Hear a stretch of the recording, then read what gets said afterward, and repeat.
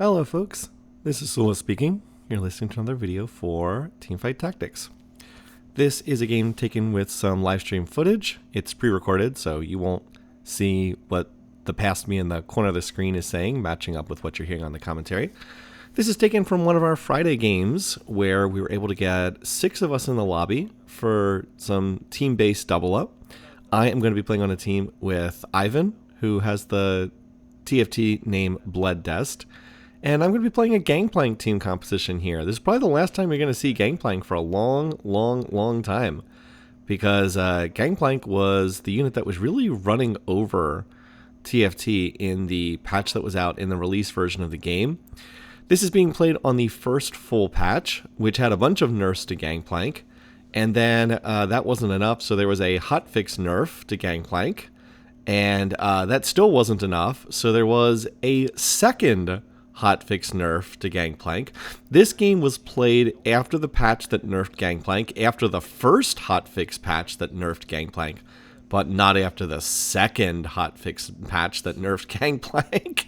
So yeah, this unit has eaten, what as I said, he required the normal patch to nerf him, plus a hotfix patch, and then a second hotfix patch to nerf him. Should give you an idea of how overpowered he was. So like I said, this is pretty much the last time you're going to see Gangplank for a while, but this was before he got nerfed into complete trash tier. I didn't really want to play Gangplank this game, but the very first minion round of the game dropped me a Gangplank, and the next round gave me 3 Aatroxes. The build for Gangplank, I had a game that Antisocial Monkey played that kind of demonstrated just how crazy Gangplank could be. He wasn't as strong in this patch version. He was still a strong unit, but you would typically play him with other mech units. Gangplank's traits are Mighty Mech plus Duelist. You would play him with some other mech units, and you would play him with the 4 Mentor units, and that's basically the build, is 4 mechs plus Gangplank. Yeah, if you could 2-star him early on, because his ability has a chance to drop gold, you could just print like all kinds of econ. It was not as ridiculous in this patch as it was in the previous one, but he was still quite strong. And the Gangplank plus 4 Mentor comp was still had the best average placement of any comp in this patch version. Okay, enough about Gangplank for a second. It's time to pick an augment. I seriously thought about doing Portable Forge and trying to pull a Gangplank item. The problem is you only get a choice of 4 artifacts, and if one of the ones I pulled was poorly suited to Gangplank, I kind of just would have been screwed here, and I wouldn't have had much of a chance to do much of anything. So I ended up taking Evil Beyond Measure. I don't think this is an especially good augment. It's champions do, I think it's like 4.5% of their damage as true damage per star level. So it's good for reroll comps because they get more of their damage as true damage. Then I was fishing for power-ups. I didn't like any of the first ones, so I fish again, and I'm going to take max attack, gain attack damage, permanently gain more attack damage. Every 2 takedowns that the unit takes part in, gain 1% AD. So this is not going to be the stretchy arms Gangplank. Part of the reason why Gangplank was so overtuned earlier is the stretchy arms power-up gave Gangplank +1 range every time he got a kill in a fight. So he would very quickly just scale up to infinite range in these fights, and that did synergize with his ability. Gangplank's ability is when his monobar fills up, he shoots I think it's the lowest health target within 2 hexes. Well, if you had the stretchy arms Gangplank, who would keep getting +1 range anytime he took part in a kill, that would just keep scaling up infinitely, so he could very quickly just shoot people on the opposite side of the board, and because he would target the lowest health enemy, he would be executing pretty much anyone who was low health anywhere on the board, and also printing gold at the same time. It was just completely ridiculous. So one of the hotfix nerfs was to correct this, so the stretchy arms did not give him infinite stacking range anymore, so that he would only get it on his auto attacks, not on his ability cast. It actually was supposed to go through on the first patch, and then it didn't go through, so they hotfix patched to fix that, along with a couple other bugs. And then that still wasn't enough to rein in Gangplank, so they hotfix nerfed him a second time and lowered a whole bunch of his numbers. Again, this is before that second hotfix patch came through, but it is just kind of insane that Gangplank was that strong. All right, anyway, so what do we got here so far? Well, I found the early Aatrox. I'm holding an extra Aatrox here. I had 4 Aatroxes at the start of stage 2, so I was like, you know what?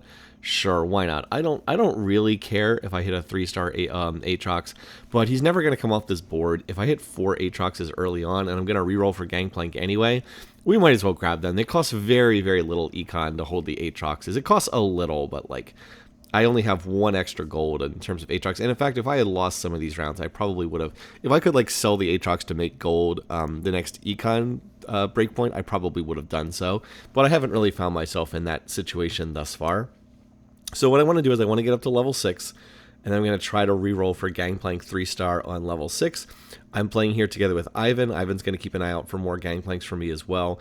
Remember, every time Gangplank now takes part in a takedown, that is, he gets a kill or an assist, then he will gain, it's every 2 takedowns. Every time he gets 2 kills or assists, he will permanently gain 1% AD for the rest of this game. So he's stacking. He's got that max attack power up. He's going to be stacking, stacking, stacking. I figured that Gangplank is a really good unit to take this power up if you can get it early, because he deliberately targets low health units with his ability, so he's going to be pretty good at getting in to he's going to take part in almost every kill that the team gets. And of course, he has 40% odds to drop a gold coin every single time he gets a kill, so hopefully he'll print me some econ over the course of this game as well. That said, now that Gangplank's numbers were knocked down a bit, he is not just an insta-win the lobby. You do actually have to build a team around him right now. Apparently there's a fire sale on Rel's here. Ivan is going for a Star Guardian board, so I'm trying to find him some Star Guardian units here. He already has Rel 2-star though, so this isn't particularly going to help him very much. You might also notice I'm leveling here pretty, not like super aggressively, but definitely doing the early leveling timings. The reason for that being is, if Gangplank gets more kills, he has a chance to farm me more gold. So, and the more takedowns he is a part of, the more he's going to stack up AD. So I do have some reasons to try to field a reasonably strong board here. I don't just want to like loss streak every round, because if GP gets no kills, he doesn't print me any gold, and he also doesn't get that scaling AD. So I need my board strength to be reasonably solid here. I don't just want to lose every single round for all of stage 2 and just get no stacks on Gangplank. I did go ahead and make the Edge of Night on him. One of the issues with Gangplank in this game is, I hit the early GP, but I have not been seeing any more of them since then. And my items were not especially good for Gangplank either. I started with a sword, a tier, and a belt. There's not a lot that Gangplank wants to make there. You do want to try to make Edge of Night if possible for Gangplank, because that gives him an aggression drop, which is really important on melee carries, so he doesn't get focused in fights. But yeah, the sword is only half of Edge of Night. The belt doesn't build into any of his core items. The tier doesn't really build into any of his core items either. I suppose you could do like Sterix for GP with the sword and the belt, or you could try to do like a Hand of Justice. So, like, I guess those would be playable, but he really, really wants Edge of Night plus Rage Blade. And then Kraken Slayer is seen as being the other best item that you want on Gangplank. And that's certainly how Antisocial Monkey built him in the other game that I put up on YouTube. Ah, there we go. He just farmed me a gold coin. Come on, GP. Farm me more gold. Keep taking part in these kills so you can keep stacking up that max attack. And I think I check it here. Yeah, he's up to 18%. So the power, and there's a Gangplank coming in. Awesome. I need more Gangplanks. And then there's also a Nico I can send over to Ivan, so we'll go ahead and do that. So you want him to take part in these kills, and then I get another Gangplank. So just like that, we go from 1 to 3. Very, very nice. The power-up I gave him, the max attack, it gives you a base 12% AD. Like, you always get that from the start. And, like, that's not very good as power-ups go. That's, like, basically giving you the combat value of a sword, because I think a sword is 10% AD. But then, as I said, every 2 takedowns, kills or assists you take part in, gives you another point. So he's at 18% now, so that means he's gotten 12 kills or assists, and yeah, he's gotten another 6% AD. So that's not bad for stage 2. And then the game also throws me a bone here. It gives me a bow and a rod. Like, literally, it gives me bow plus rod. So I was like, okay. That just makes a Rage Blade, which is one of GP's most important items. We also get a Prismatic Augment here, and I'm going to take the Water Lotus because it gives your team 20% crit chance across the board, and it also allows their abilities to crit. This is going to be quite good on GP because it means I don't need to build an Infinity Edge for his ability to crit. Now he has a chance to crit just innately. The base crit chance for units in TFT is 25%. Like if a unit has no items on them, then they have 25% chance to crit on their auto attacks. The Water Lotus, the Prismatic Water Lotus, means that goes up to 45%. Because you gain 20%, and it also means that now his abilities can crit. So I will not have to build Infinity Edge. Yeah, right there you see, 45%, helpful, past me highlighting this. So he basically has like 50% odds every time he fires his ability for it to crit. It's a little bit lower than that. But now I will not have to build an Infinity Edge or like a Jeweled Gauntlet. You wouldn't want to build a Jeweled Gauntlet on GP. It's not going to be that good of an item. But he'll have basically like 50-50 odds every time he ults to get his ult to go crits. And that's going to make a very, very big difference. It is a little bit RNG heavy, but, you know, still, if half of his ults are critting, or 45% of them, if we want to be technically accurate, that's a pretty big spike in damage. He also gets some mana regen if his ult does crit when it goes off, and GP's mana costs are pretty low. By the way, you might notice we have another augment here. Yeah, we just immediately get the third augment. That was our encounter at the start of the game. We had the Jinx encounter. She moves up the timings of the augments. The main effect that this does is it just means that the Labo is a higher tempo than normal. I'm going to take last second save. I don't know if this one's that great either, but this one, it means that when units start to drop low, they will heal for a portion of their max HP. It's pretty good on. It seems like it's decent on melee units. Again, I don't think that this is amazing. There's probably better things I could pick. Like I said, I did another Gangplank game that Antisocial Monkey passed me, and that one was based on. He got it was one where all of the non-mentor units got the 4 mentor bonus. Like that would definitely be better, but beggars can't be choosers. You can only take what you actually get here. And I think that these were reasonably good fits. So I have something that's going to cause GP to do, if he's 3-starred, he's going to do like, I think it's like 13% of his damage is true damage.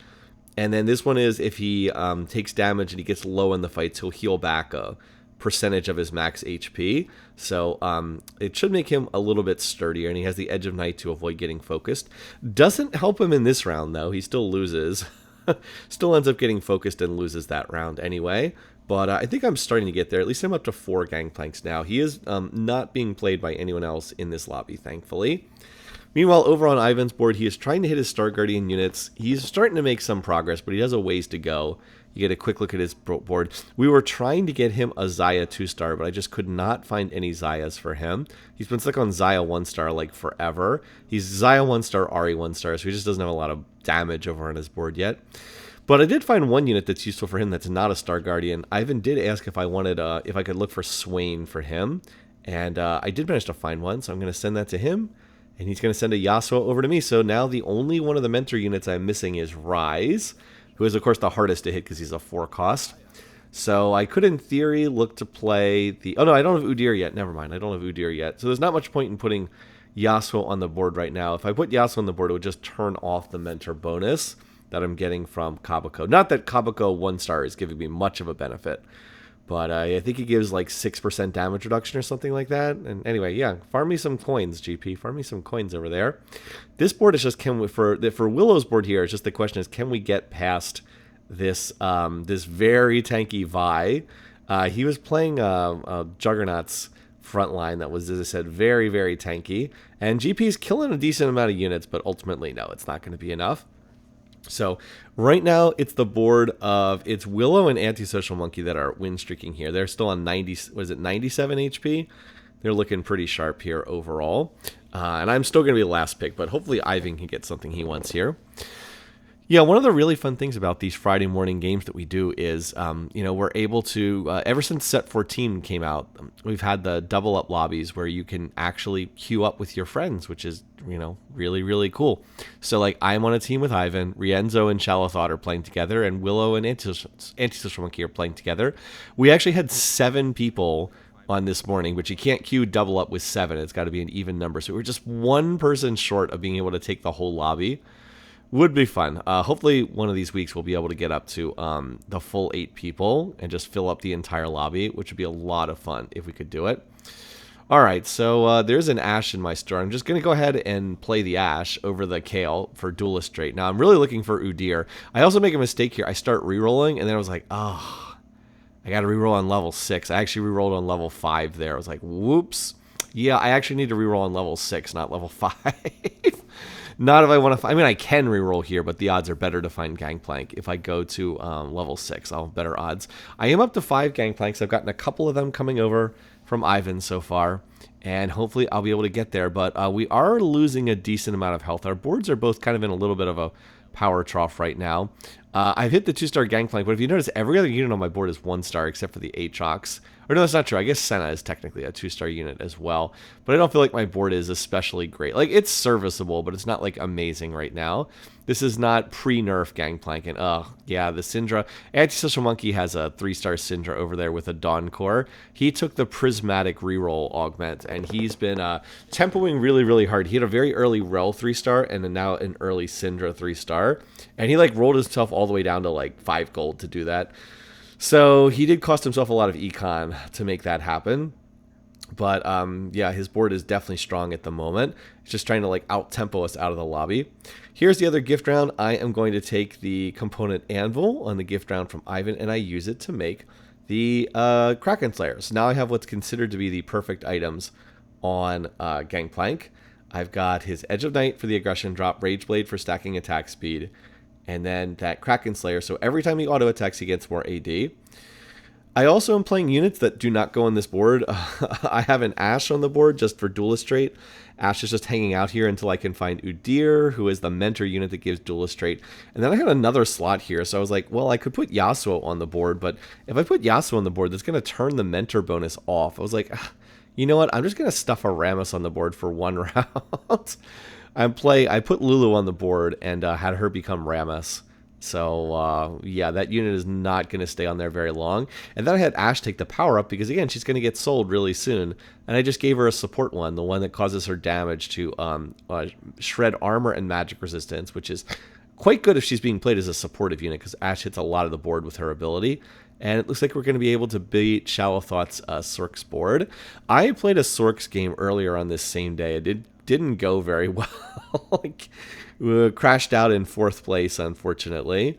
But I had not tried playing that board before. I think I could have done I could do a couple things better if I were to play it again.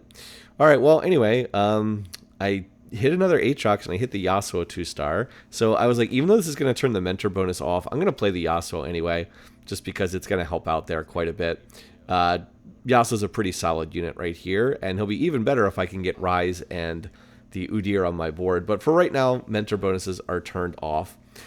Unfortunately, over there on Ivan's board, he still has Ahri 1-star. We're really trying to find him some more Ahris, because like Ahri and Xayah are his carries at the moment, and he's stuck on 1-star of both, and it's not quite what we're looking for. Anyway, so I am level 6, so now I can look to roll, and I can send the Nico here. I could send the Nico or the Ahri. I think he wanted the Ahri because he really needed it for Ahri 2-star. Alrighty, so now we're going to roll, and there's Udyr. I'll take out the Ashe. So now I just need to find Rise. If I could just get Rise on my board, then I'll get the 4 mentor. There's another GP, so I'm getting there on the GPs. I'm starting to get there.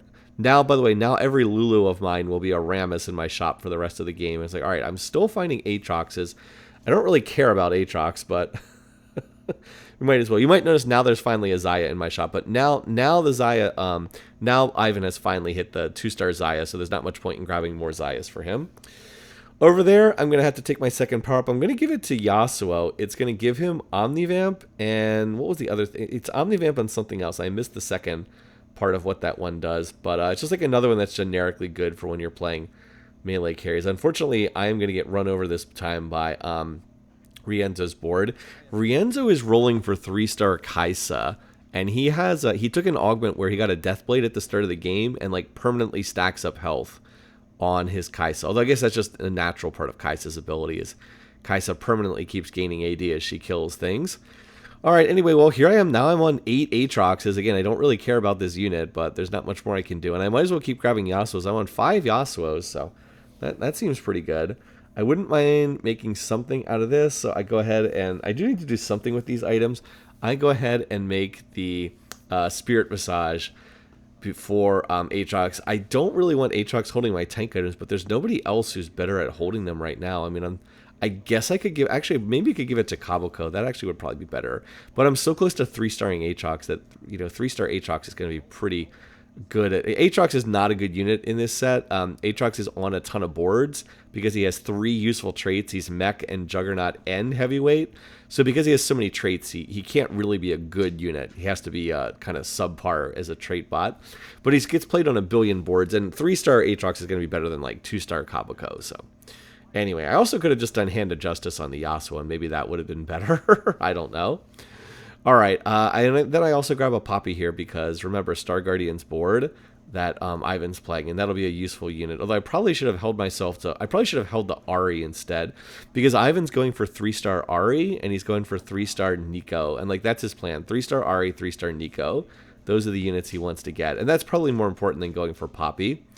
The other nice thing about that is when you send the 3-cost units and double up, the 1, 2, or 3-cost units, the cooldown is only 3 rounds on the cannon over there.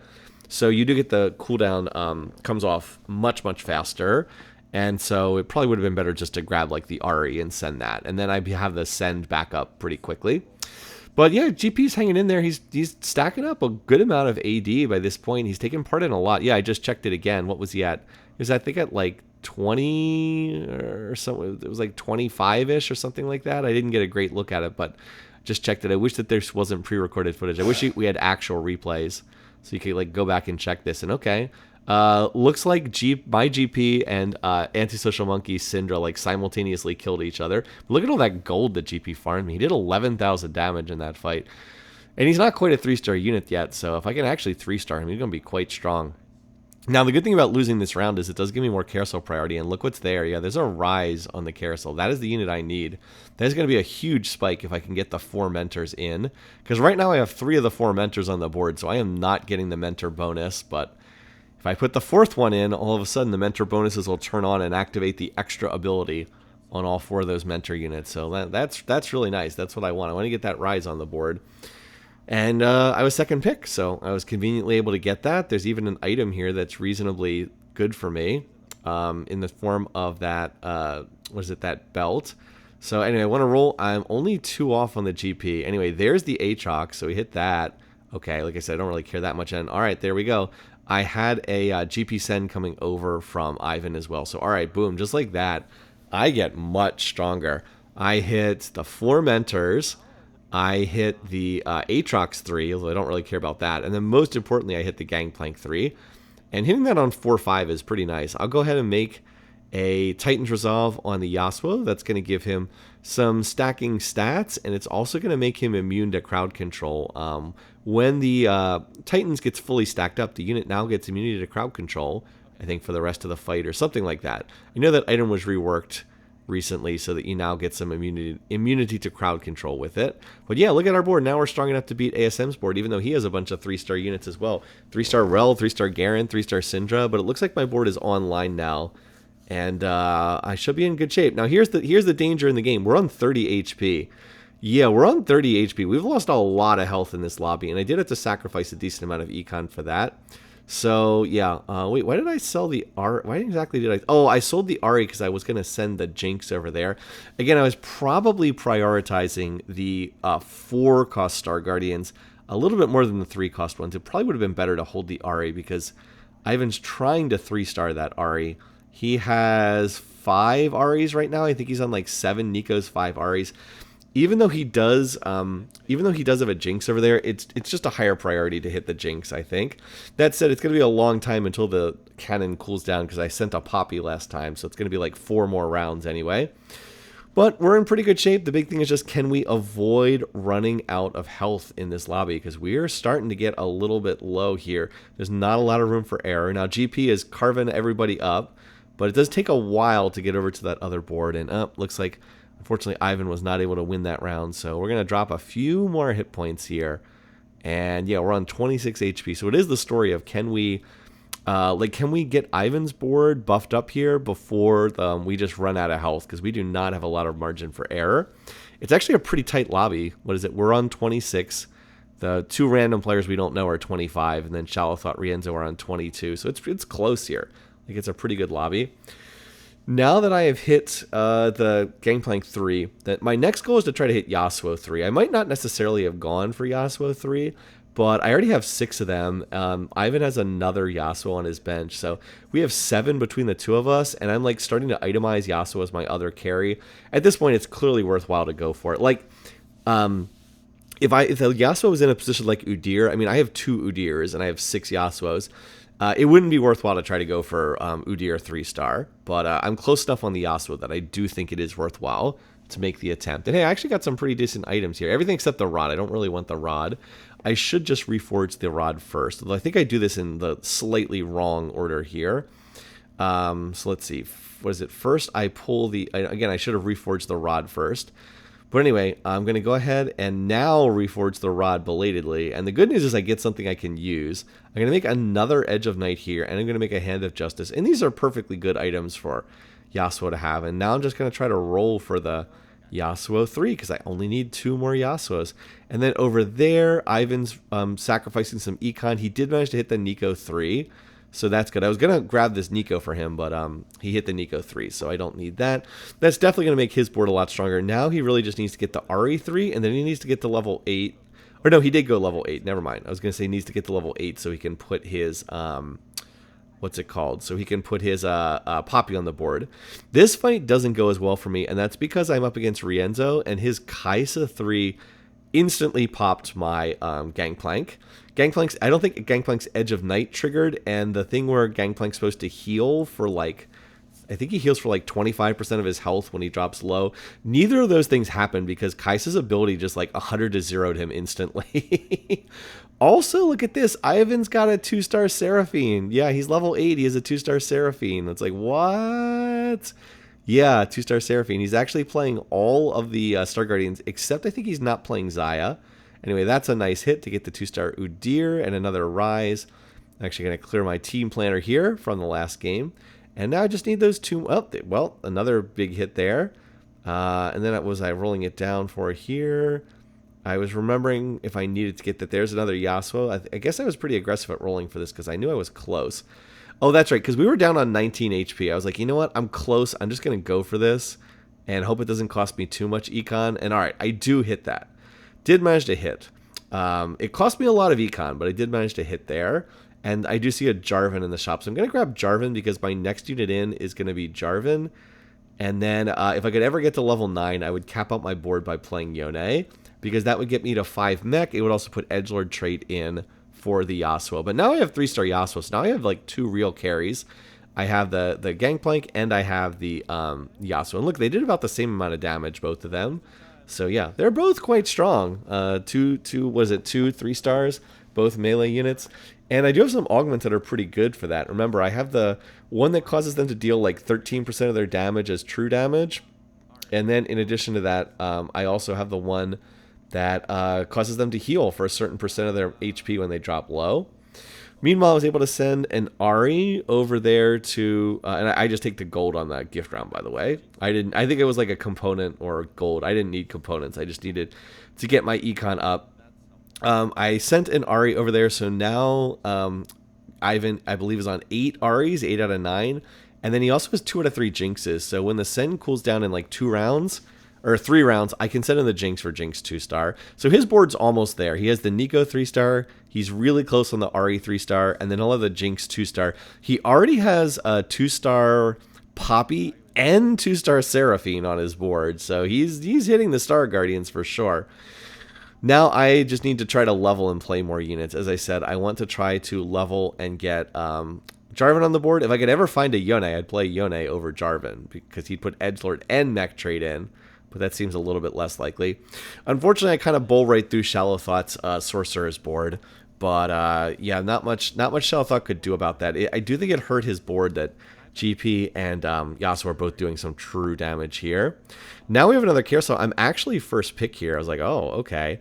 I was like, you know what I should do? I should just try to deny one of the 5 costs here. I was like, okay, there's a TF here that's 5 gold. I don't really want Nashor's Tooth, but I'll just deny that. And then in retrospect, I see that there's a Lee Sin who's also a 5 cost, a much more desirable 5 cost. Twisted Fate's not really that popular in this patch. He's mostly just played in crew compositions. I suspect he'll get buffed into overpowered status soon, but not that popular in this patch. And I think that the Void Staff would have been a better item. I could have put that on Rise, and then he'd be magic resist shredding the enemy team, which I think would be a little bit more useful. Now, granted, my team does almost entirely physical damage, so it's not that useful, but I think it would have been more useful to say the least. All right, anyway, there is the Jinx 2-star. So now I don't need to hold Jinx for Ivan's board, and then he's one off the Ahri. So it's just if he can hit this Ahri, he's going to have everything 2-starred, and then the Ahri and the Nico 3-starred over there. And then the one extra unit he's playing is Swain, which makes sense. If he can hit Ahri 3-star, then Swain will give him Sork trait for that, and also Bastion trait when combined with the Rel. Bastion being one of those traits that gives the whole team armor and MR. Well, anyway, I'm up against Rienzo this round. Remember, Rienzo ran over my board the last time I hit him, but not this round. This round, we're able to jump on the Kaisa quickly, and that's kind of that as far as that fight goes. So we look like we're very stable here, and we actually, after going low on HP earlier, we were quite low on HP for a long time. We've actually taken over the score lead in terms of health right now. So yeah, I just want to try to get up to level 9. There's actually a case that I should play the Samira over the Jarvan here, just to put Edgelord trait in play for the for Yasuo. That's probably a better unit to play, because Jarvan is giving me... Jarvan takes me from 3 mech to 4 mech. That said, Jarvan does give me strategist trait, so maybe Jarvan is actually a little bit better. Maybe Jarvan is a little bit better. I have a lot of frontline on this board, though, so I maybe don't actually need more frontline. All right, here's Antisocial Monkey's board. His board looks pretty strong. The question is, can we get on that Yuumi in the back? His frontline is very tanky. And but remember, I do a percentage of my damage as true damage, so that definitely is going to help. It looks like Yasuo almost got on the back line. GP is running around there. GP got to Yuumi. Yeah, I mean, it was a close fight, but I did manage to clutch that one out. As I said, the fact that my team does a percentage of damage as true damage definitely helps against stuff like that Leona that had I think that Leona had like a Bramble Vest or something like that. Anyway, unfortunately, we knock out the Shallow Thought and Rienzo team. But at least our whole group was 1, 2, and 3 in the rankings here. And oh, look at that, 55% AD right now on the Gangplank. 55%. So he started at 12%, and then he scaled it up, what, 43%? So that means he's taken part in 86 kills and assists. I mean, that's, it's like a Deathblade's worth of extra stats there. So yeah, I mean, as you said, he's got 55% bonus AD. He also has the ability for his stuff to crit without needing Infinity Edge. So it's kind of like he has a free Infinity Edge and a free Deathblade on top of everything else. That's pretty nice. It's one major reason why he's punching above his weight so much. And then he does a lot of his damage as true damage, and he gets the heal when he gets low. Look at that, 1,700 damage. Oh my god. And of course with the Titan, what is it, with the Kraken Slayer, he stacks up AD over the course of the fight too. All right, time for our next item. There wasn't a ton I wanted here. I was like, I think I'll just try to get a healing debuff. I could do red buff or Morello's. They're both solid here, but I think red buff has better synergy with the Gnasher's Tooth that Rise has over there. So I take the red buff. You could also make a case for the Morello's. There's not really anyone else I'd want to itemize here. Like, Jarvan is still a 1-star unit. I still have the Spirit Visage on Aatrox because I haven't hit 2-star Jarvan yet, and I didn't want to move that item until I had hit 2-star Jarvan. So up against Willow for this round, and Willow's Executioner's board unfortunately didn't scale as well into the late game as I think he was hoping. He probably needed to try to play through 3-star Katarina in this, because he had got an Executioner's emblem off a dummy, but it looks like my board is a little bit stronger, so it's somewhat close, but GP does end up carrying this fight, and we're gonna win, and that's it. We're gonna take the lobby there. And had a nice little win streak at the end of the game. It was when I hit the 4 mentors plus had the 3-star Gangplank that things started to take off. I know I lost 1 round to Rienzo, but other than that, I think I won like 7 of the last 8 rounds or something like that. And it was a nice bounce back game considering the early game was pretty rough. We did manage to get 2-star Ahri, 3-star Ahri, 3-star Syndra over there for Ivan's board, and he had 2-star Seraphine in addition to 2-star Jinx and 2-star Poppy, so he really put his Star Guardians board together quite well. Anyway, once again, thanks for watching, thanks for listening. Hope it wasn't too boring to have another Gangplank game, but as I said, I figured that you're not going to be seeing Gangplank after this. So, until next time, take care, folks, and I'll see you again soon.